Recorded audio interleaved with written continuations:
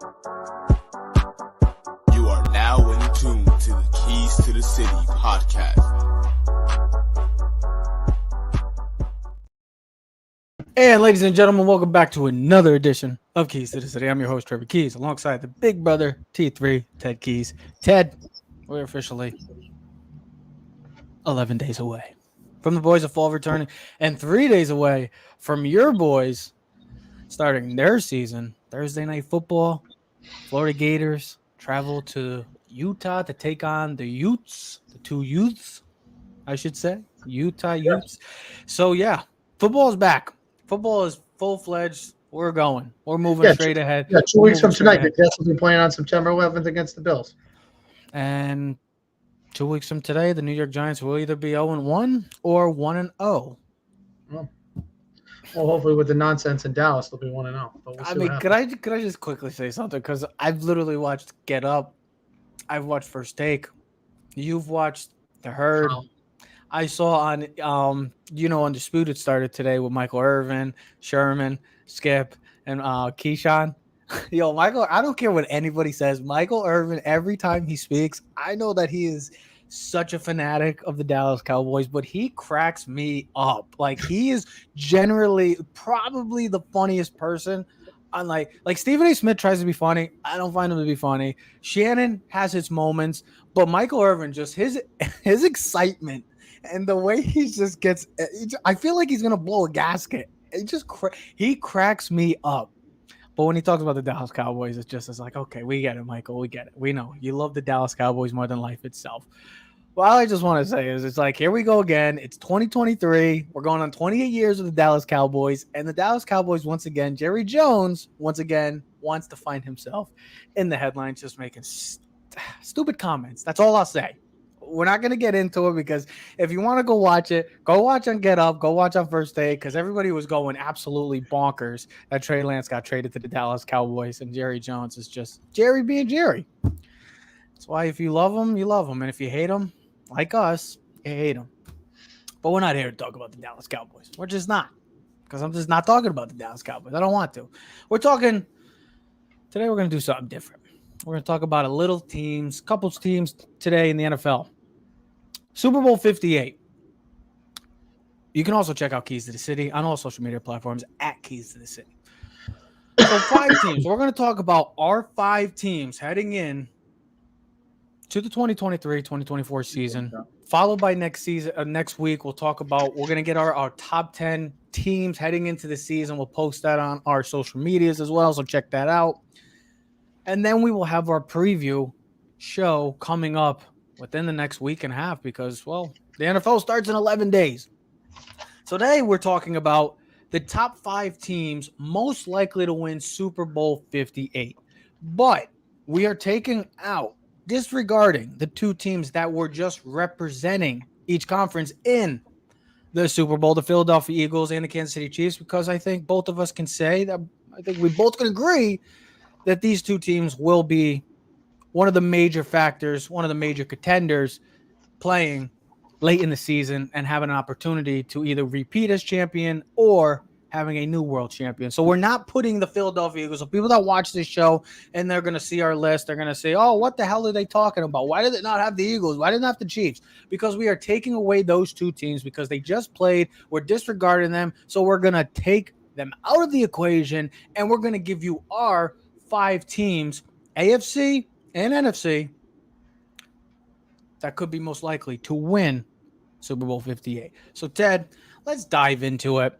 I don't know how you want to do this. We could do 5, we could do 4, we could do 3, or we could just do straight through 5 through 1.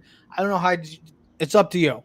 Like, I'm asking you straight up on the question, how do you want to do this? Do you want to do 5 through 1, or do you want to go 5, give our brief explanation, and then do 4, and then work away? Here's where I'm at with this. And I forgot if I even sent you the list or whatnot. I think you have your own. I think you have your own. You never sent me anything. Yeah, which is fine. That's fine. That's fine. I want you to keep it that way. I didn't want to know. Because I don't even don't know where it is, and I just thought of it in my head. And literally, when I thought about this, and as I'm thinking about it, it's really 4 AFC teams and 1 NFC team. The 1 NFC is the obvious. I don't see anyone else in the NFC at that level. Now, of course, let me put this. There's what's an asterisk next to it. Of course, I'm going to put the Giants as a asterisk because I'm a Giant fan, right? Things go right. But if I'm speaking just figuratively as a football fan, I think there's really only two teams in the NFC that are going to make the Super Bowl. It's either going to be the 49ers or the Eagles. Personally, to me, Yeah. Right? I'm not putting Dallas. Dallas will find a way to screw it up. Do you think it's fascinating? I think Dallas has the potential, the talent, but I'd put them at 6. Do you think it's fascinating, though, that possibly we talk how great we've been talking about this AFC conference and how all football fans are really just looking forward to how this AFC is going to play out? But don't you find it fascinating that quite possibly, I'll go even as far as the 3 best overall rosters from top to bottom could all be in the NFC? I mean, realistically, the Dallas Cowboys, I mean, look, you know how I feel about Dallas, but I mean, Dak, I know might be, and McCarthy might be the biggest question marks. But when you look at those teams, I mean, Philly doesn't have a weakness. The 49ers, probably their only weakness and question mark, and maybe the biggest question mark in the entire NFL, is how Brock Purdy's going to kind of reshape his image after last season's surprising start that he had to his career. And then Dallas, like I said, other than McCarthy and Dak, you look at their roster. Tony Pollard is a solid running back. You saw what he did last year, the receiving core. Then you get the offensive line, the D-line, the linebacking crew, the corners, the safeties. I mean, they really don't have a lot of weaknesses. Is it fair to say that the 3 best possible rosters constructed in the NFL right now are all in the NFC, even with the AFC, how great it is? I would put the Bengals over the Cowboys. The Bengals are loaded. Their offensive line is loaded. Joe Mixon, 3 receivers. But is their defense? Their D-line is still really good. They lost some people in the defense. That secondary is not the same. Their defense will be fine. And that offense is so potent. And it's Joe Burrow. He makes up for that. I get it. I was just asking straight up. Listen, you can make the legit argument if we want to break it down. I was trying to think, like the Bills. No, I think the Bills have flaws. They're running back. The offensive line, I think, has holes. I love Baltimore. I love Baltimore. I think they're a very, very dangerous team. Mm-hmm. Especially if here's the big if. I mean, it's the biggest if Lamar's healthy, bro. When Lamar, and I get it, he's got to start proving it in the playoffs because as a regular season he dominates. When he plays, they win. It's like 65% of the time. Yeah, him. We talked about this before. That AFC North is going to be stacked. I'm sorry, but Pittsburgh is. Oh no, they're not going anywhere. And I don't know what to make of the Browns because they have a. You want to talk about another team, a loaded team? That's a loaded team. That secondary with Denzel Ward, the safeties, the linebackers, the defensive line, the offensive line was legit. Top 3 running back, quarterback has the potential of being a top 3 guy. Let's not forget, before all the shenanigans, he was one of the best quarterbacks in the league. They have a number 1 and 1 Amari Cooper. They traded for Elijah Moore from the Jets. So they have the potential. David Njoku at tight end. They have the potential to be great. It's just, what do you make of that division? I mean, they're just going to beat each other. I just think the Bengals might have the best roster. Baltimore is fully loaded. They revamped. Zay Flowers, Beckham, Bateman, Mark Andrews. Offensive line should be really good. Their defensive line is always stout. Best kicker in football. You know what I mean? Roquan Smith. I mean, I guess Marlon Humphrey's out. I mean, we've talked to this to amnesia, but I mean, even the AFC East. I mean, bro, you can make the case that Miami's got the best roster. I mean, they have some flaws on the offensive line, but the weapons on the outside, and Tua, Jalen Ramsey, Xavier Howard, the defensive line. I mean, the Jets are loaded. So there's a lot of potential. But if we're sticking to what the 5 teams are, I think the most likely, I'm going to put the Bengals at number 1 just because of the Joe Burrow thing. And they've been there and they feel like they're right there on the cusp, and they've almost had it last year. I'd put the 49ers at 2. And then the 3 teams would be the AFC teams. I still think you got to put the Bills in. I think a lot of people are disrespecting the Bills, but maybe this can all build up as a thing like us against the world. The Bills I would put there. And this is where I get tough. Where do I put the Jets? Where do I seriously put the Jets? The hype with this team is real. In the entire NFL. Huh? Are the Jets the wild card of the NFL?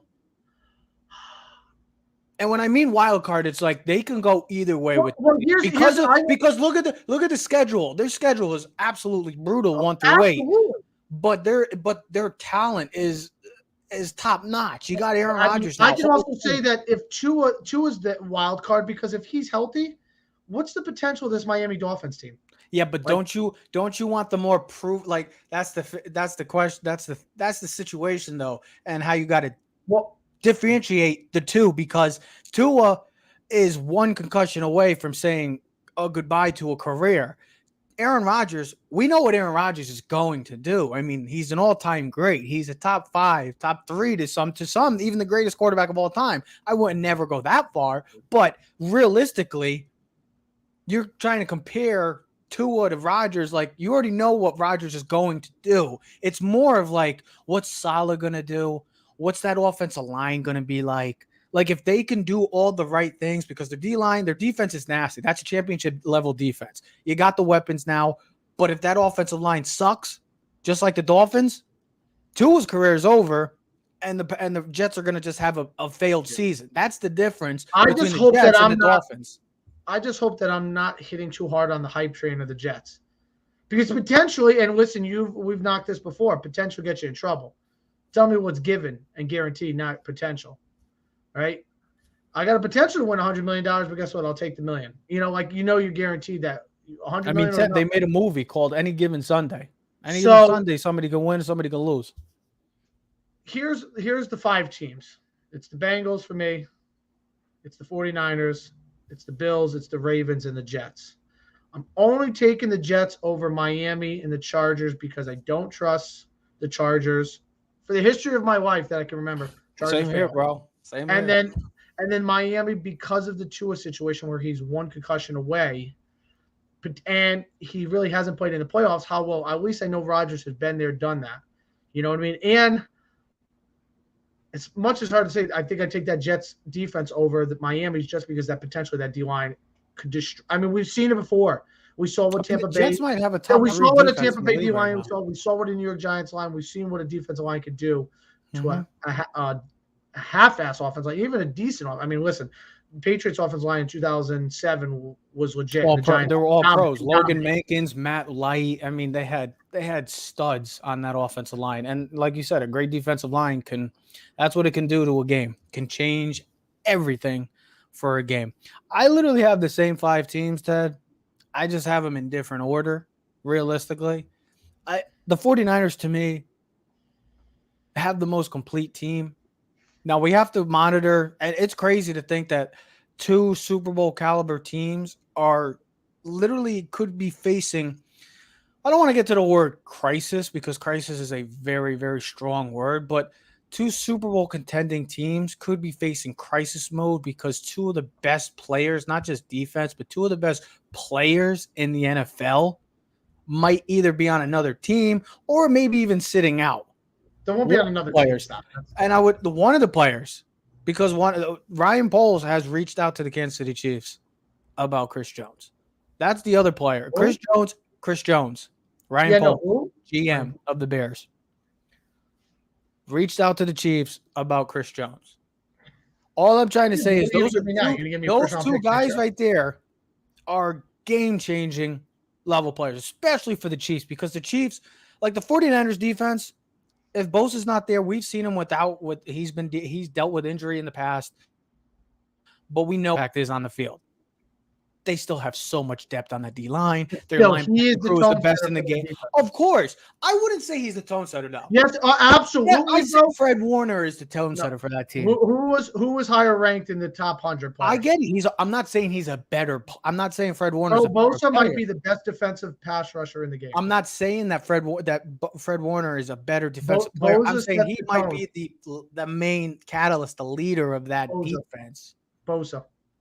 So then the 49ers, like, you look at that roster, top to bottom, there's not a lot of question marks. But if Bosa's not there, that's a major, like I said, I don't want to use the word, but like crisis, because that guy is a game changer. And Absolutely. Then we got to go to the offense. Purdy, you were incredible last year. The man took the offense by storm, took the league by storm, and everybody's like, holy hell, who is this guy? 7th round pick, Mr. Irrelevant, and he's in the NFC title game. Now you're coming off of elbow surgery. You're the guy. This is who they wanted since the offseason. If he was going to be healthy, he was going to be the plug-and-play guy, and now he is. No Trey Lance anymore. There's a major question mark surrounding him. Well, yeah, because he's only played in 7 games, so there's still a question mark. Like, listen, he hit it hot. I get it. It's like one of those. And they start the season on a tough note. They play the Steelers week 1.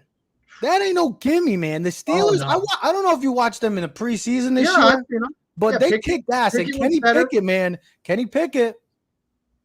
Well, and they got. They got players. Listen, they fixed their offensive line a little bit.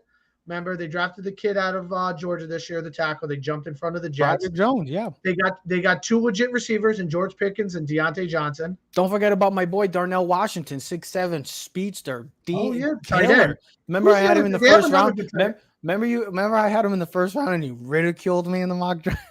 Yeah, I knew that wasn't going to happen. I believe they also have the other tight end from Penn State, Pat Freiermuth. They got Deontay Johnson. They got Pickens, Najee Harris. And then here's the thing. Now you're going to get a healthy TJ Watt, who's one of the best pass rushers, was the defensive player of the year like 2 years ago. Cameron Hayward, the defensive line to be solid. Linebacker, secondary should be better. Yeah.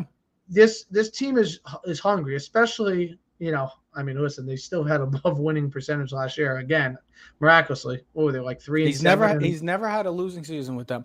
Let me finish up my top 5. I had the Bills at 2.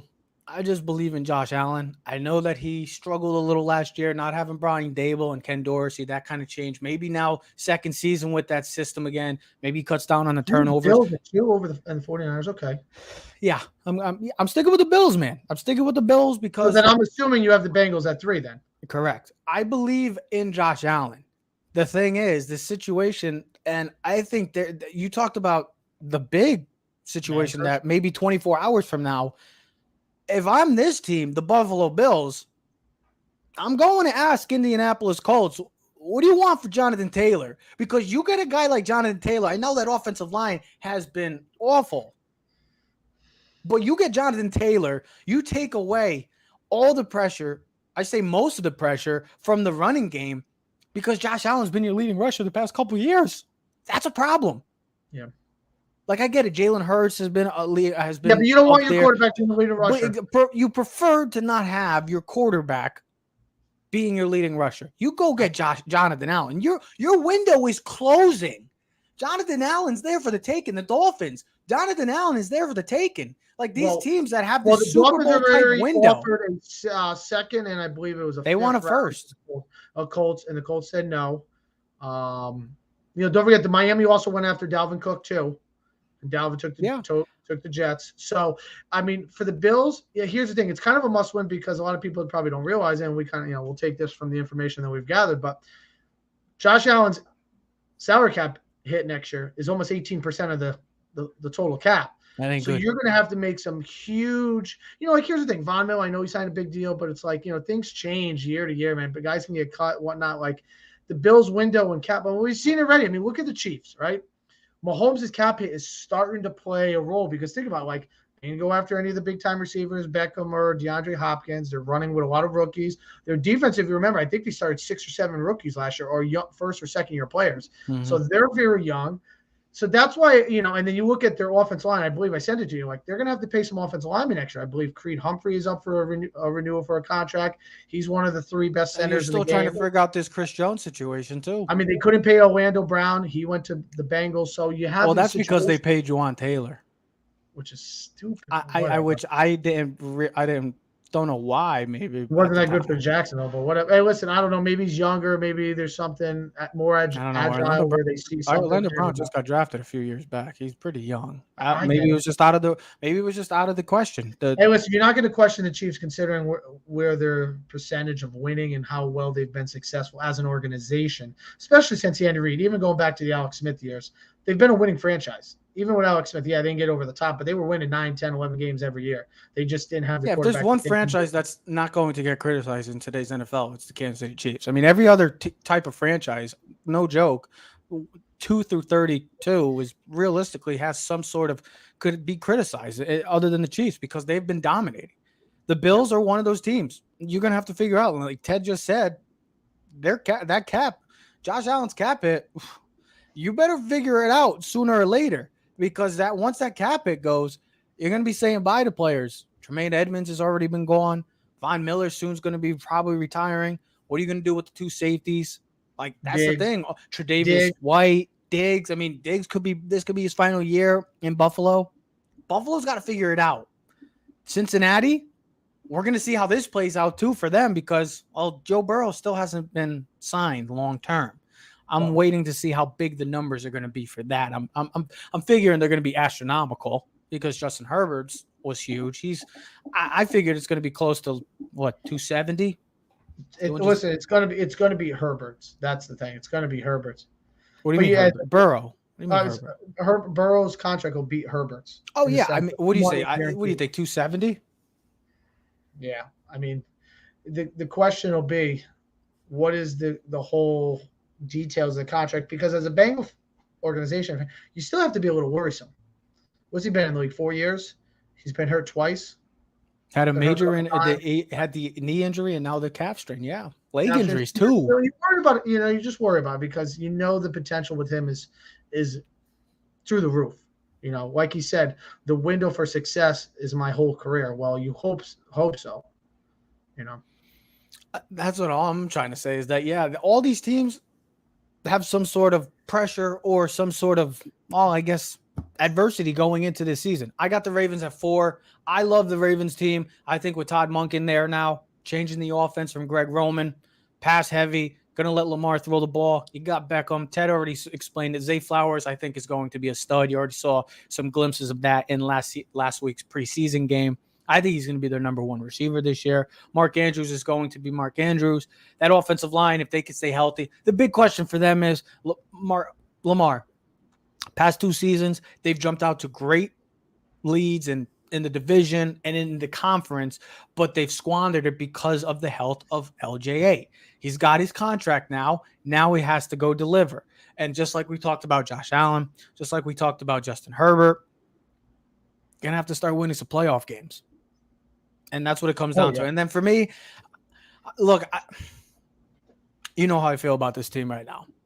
I think the hype is going to be so big and so much for this team to handle that I just see it crashing and crumbling down. I mean, look at their first 6 games. I don't see how this team wins 12 to 13 games, or I don't see how this team comes out of the AFC. I mean, if they do, great for them because they do have the tools to do it. I just see with this offensive line that there's so many questions. I've seen it in the preseason. I've seen it in Hard Knocks. Like, they have some major issues. And we've also seen in the past, Ted, too, that when things go sour, Mr. Aaron Rodgers becomes sometimes a little baby. Now, I get it. A lot of people do that. Brady's done it before. We've seen it. But Rodgers is like, we've seen it far too often from Aaron Rodgers. And he's come up short a lot recently. Yeah. So I know that everybody's like, oh, the Jets, they got Aaron Rodgers now. We're going straight to the Super Bowl. Well, we got to pump the brakes on that because this team hasn't fully gelled yet. We just saw maybe a quick glimpse of it on Saturday against the Giants. Rodgers and Wilson is going to be one of the top duos in the game of football this year. I mean, listen, how are they going to be able to run the football? Is Breece Hall going to be effective enough offensively for this team in the running game? They're going to rely on Dalvin Cook, who's a nice, great number 2/1 guy to have if Breece Hall's not fully healthy. But who's their other receivers that's going to step up? Is Allen Lazard going to be their number 2 guy? Like, really, we're relying on Allen Lazard, a guy that's been more of a number 3 and a number 4 his entire career? Oh, no, we're going to rely on Mr. Reliable, Randall Cobb.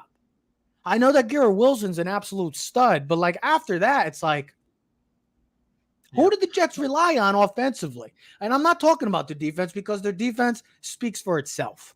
Well, I mean, look at their first 6 games. Bills, Cowboys, Patriots, Chiefs, Broncos, Eagles. Tell me where the guaranteed win is. Listen, as much as even the Patriot game isn't a given. Belichick loves sticking it to the Jets and figuring out how to outsmart them. Rodgers, is that home? Is that home or away? It's home. So the Jets are home against the Bills, week 1, at the Cowboys. Yep. Home against the Patriots. Home against the Chiefs, October 1st. At the Broncos, and then home against the Eagles. So, yeah, they get like 4 of the first 6 games at home. But 2 and 3. Sometimes that puts more pressure. 2 and 3 heading into week 6. We'll see. We don't know what to make of the Chiefs. If Chris Jones is not playing, that could be potentially a difference maker in that game. Like that's where I might give the Jets the advantage in that. I mean, I get it that like I didn't include the Eagles or the Chiefs in this category because of we will get them.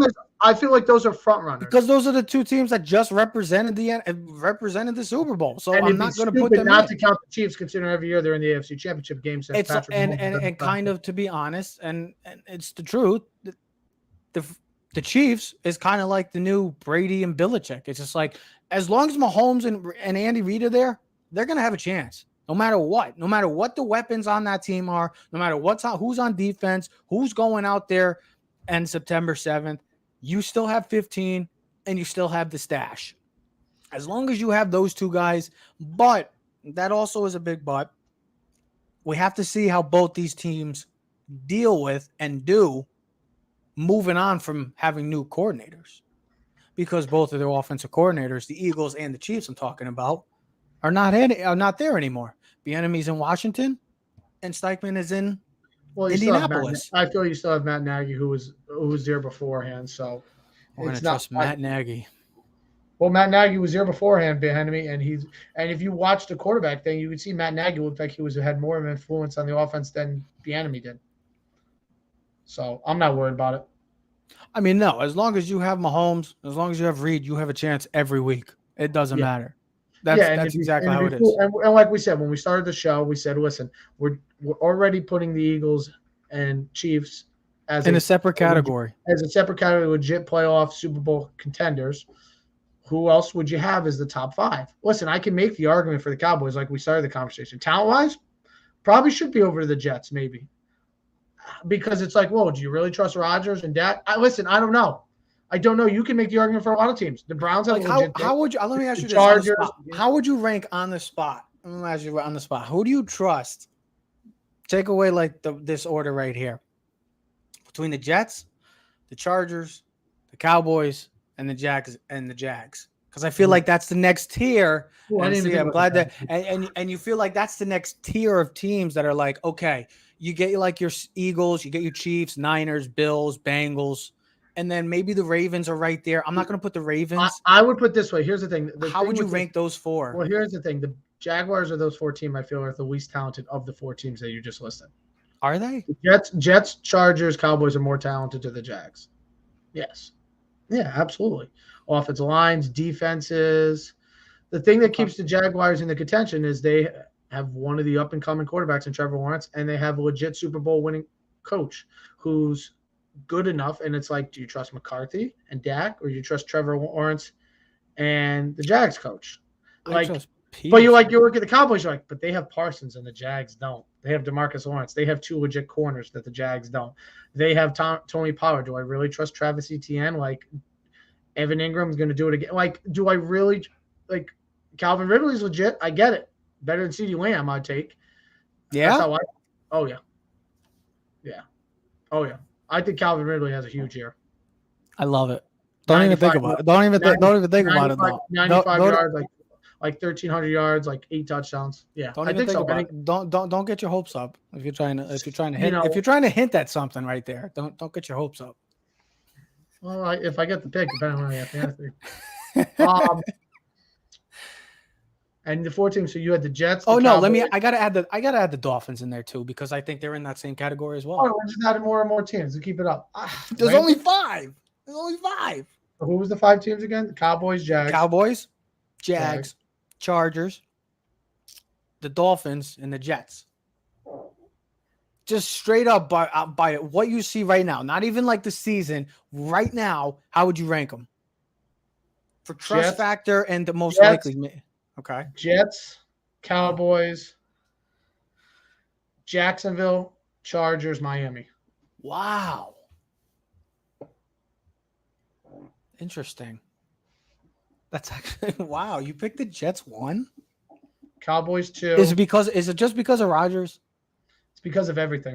It's because of Sauce, Reed, a defensive line, Brees Hall, Dalvin Cook, Garrett Wilson. And I know this team, one way or another, if something happens where there's shit in the bed, excuse my language, but I don't care. You're good. I can see them making a move, going after another receiver or an offensive lineman. Do they have the best? Do they have the best set of weapons out of those 5 teams? I don't know. No, but I think overall that team is legit. That defense won them like 7 games last year, bro. Not White and Zach Wilson won 7 games last year. I mean, come on. Like Zach Wilson beat the Bills at home, like, and the defense was and like if they had a competent quarterback last year, they win 10 games. Now I get it. You can go through the schedule and be like, well, they had against Joe. What was it? Joe Flacco was the quarterback, and they scored like 14 points in the last minute and 30. Yeah, against the Browns. So you could say like, well, that's a phony win. I'm like, I get it, but like, I could also knock the Giants last year. What they have, like 10 wins within single digits. Whoa! Why we got to knock the Giants? And so do the Vikings. People in the media have already done that enough this offseason. And just like the Vikings, does that make them a bad team?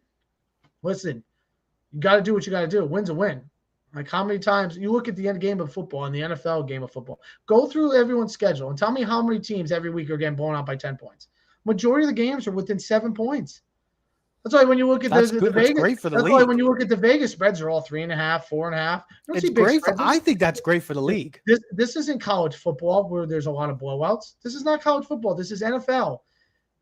I get it. The worst team in the league is going to be is the Cardinals, and they're going to be hard to compete. But like we knocked the Patriots, but don't tell me the Patriots can't win games, right? Don't tell me that the Patriots can't win 7-8 games this year. You know what I mean? Like the Raiders, they'll be competitive. They got players, bro. Josh Jacobs, I mean Jimmy G, Devontae, they got people. Max Crosby. We'll see what happens. McDaniels, he's a smart guy. Maybe they'll figure something out. Denver. We don't know what to make of them, but I mean, there's a lot of potential. The Titans, DeAndre and Derrick Henry and Ryan Tannehill, maybe they have a fountain of youth. They always play hard defense. They always play really good defense. They're always well coached. I mean, we just went through the Steelers, and so that's my ranking. There you go. I respect it. I think this is a season. I just hope I'm not falling into the hype train of the Jets. I think you definitely are. Especially that last, I mean, this one, that's fine. I get the top 5 teams of teams that we think can make it to the Super Bowl. If you didn't know, mine were the 49ers at 1, the Bills 2, Bengals at 3, Ravens 4, and the Jets in 5. Ted, what were your 5 again? Was the Bengals 1, 49ers 2, Ravens 3.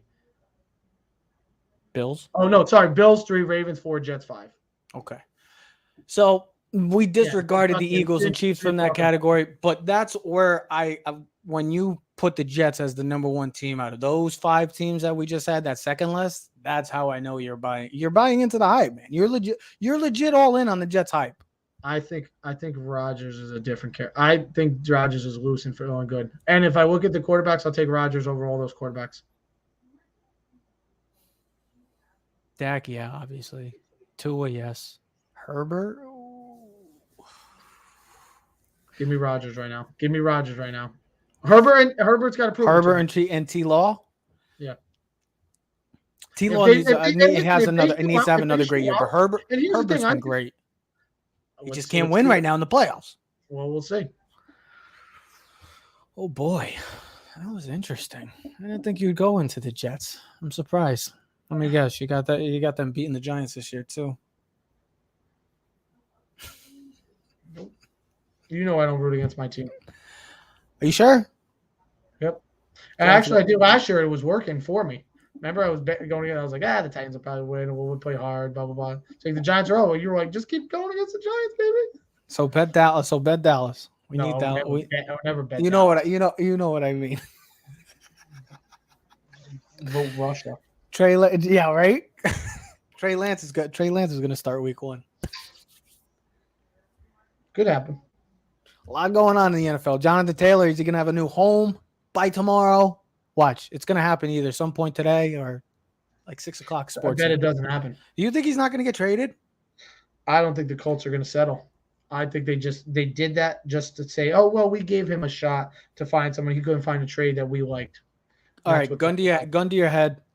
Jonathan Taylor gets traded to who? I mean, I told you who I thought should trade for him. No, gun to your head. Who do you think? Jonathan Taylor is going to be Jonathan Taylor is going to be. I mean, if they should, it should be the Bears. Go help your quarterback out. You got the receiver, that you got the DJ Moore, you got the number one. You want Justin Fields to succeed. Your offensive line should be a little better. Give him the running game, bro. Give him a legit running back, bro. Like, what are you talking about? I mean, hey, here. I mean, if you're Jerry Jones, keep the party going. Go get Jonathan Taylor. Have a 1-2 punch of Tony Pollard and Jonathan Taylor. I mean, why are you encouraging that? I mean, if you're not, I mean, the Eagles look like they were going after him. Why are we encouraging that? The Dolphins, the Bills, the Ravens.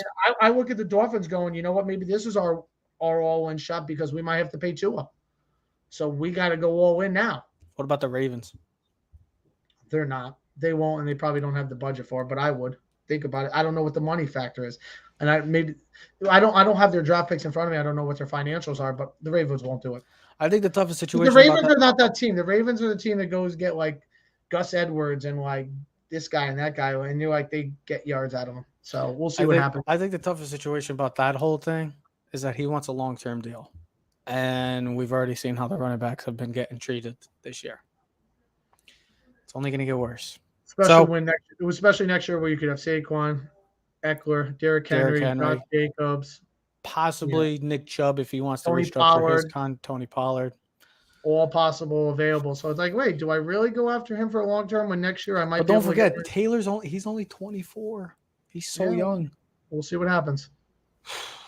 Man, I'm the Colts. Help your quarterback out. That's what I'm saying, man. The rookie quarterback, like, what the hell's going? Why would you even consider trading your best asset on your team? Considering you have a rookie quarterback, you have no receivers, you have no tight end, your offensive line's kind of weak. Like, you want to talk about bad teams?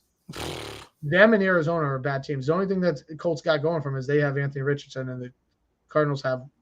I don't know who do the Cardinals have. James Conner, Marquise Brown. Great. Well, they'll have the number 1 pick. And number 2, and number 3, and number 4. And everybody's going absolutely bonkers after Caleb Williams' game against San Jose State. I love when we get to play JV teams and everybody looks amazing. Hey, everyone freaked out when Reggie Bush had like 400 yards of total offense against Fresno State. So, Fresno was good that year. Don't disrespect Fresno. They were number 16 or number 16 at the time in the country at that time. Yeah, USC was a different character then. Yeah, that was the same year that Vince. That was the same year Vince. That team was low. But they didn't even win the title that year. I know. That was the year. That was the Vince. Yeah, they blew that one. The fumble by Reggie Bush throwing it backwards. They got cocky.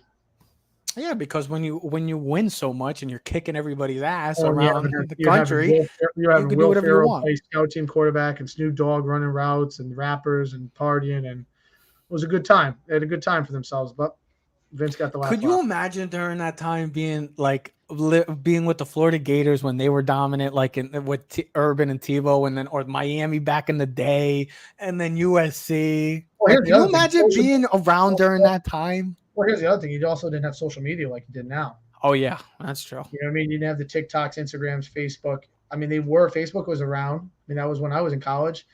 I don't really remember Instagram. It was probably there, but it was so small. It's not what it is now. You didn't have TikTok. You didn't have things going on. So, everything that's going on, technology is different. Who knows what you. Can you imagine the party scene there? Oh my God. But you don't really, if you think about it, all the colleges, you don't really hear anything ever big time in schools. Oh, we knew what Miami was doing. Miami. I mean, think about Alabama's. You don't hear Ohio State's. You don't see many crazy things. No, it comes out 30 years later. Exactly. Story between the lines. Yeah, right. No point intended. Exactly. But yes, we are Keys to the City. I'm actually going to be posting an article I wrote about Big Blue, New York Giants. Can they piggyback off of last year's 2022-2023 surprising success? So check that out when it is available. It should be posted soon enough. But we are Keys to the City. We'll see you next episode. We are out. You are now in tune to the Keys to the City podcast.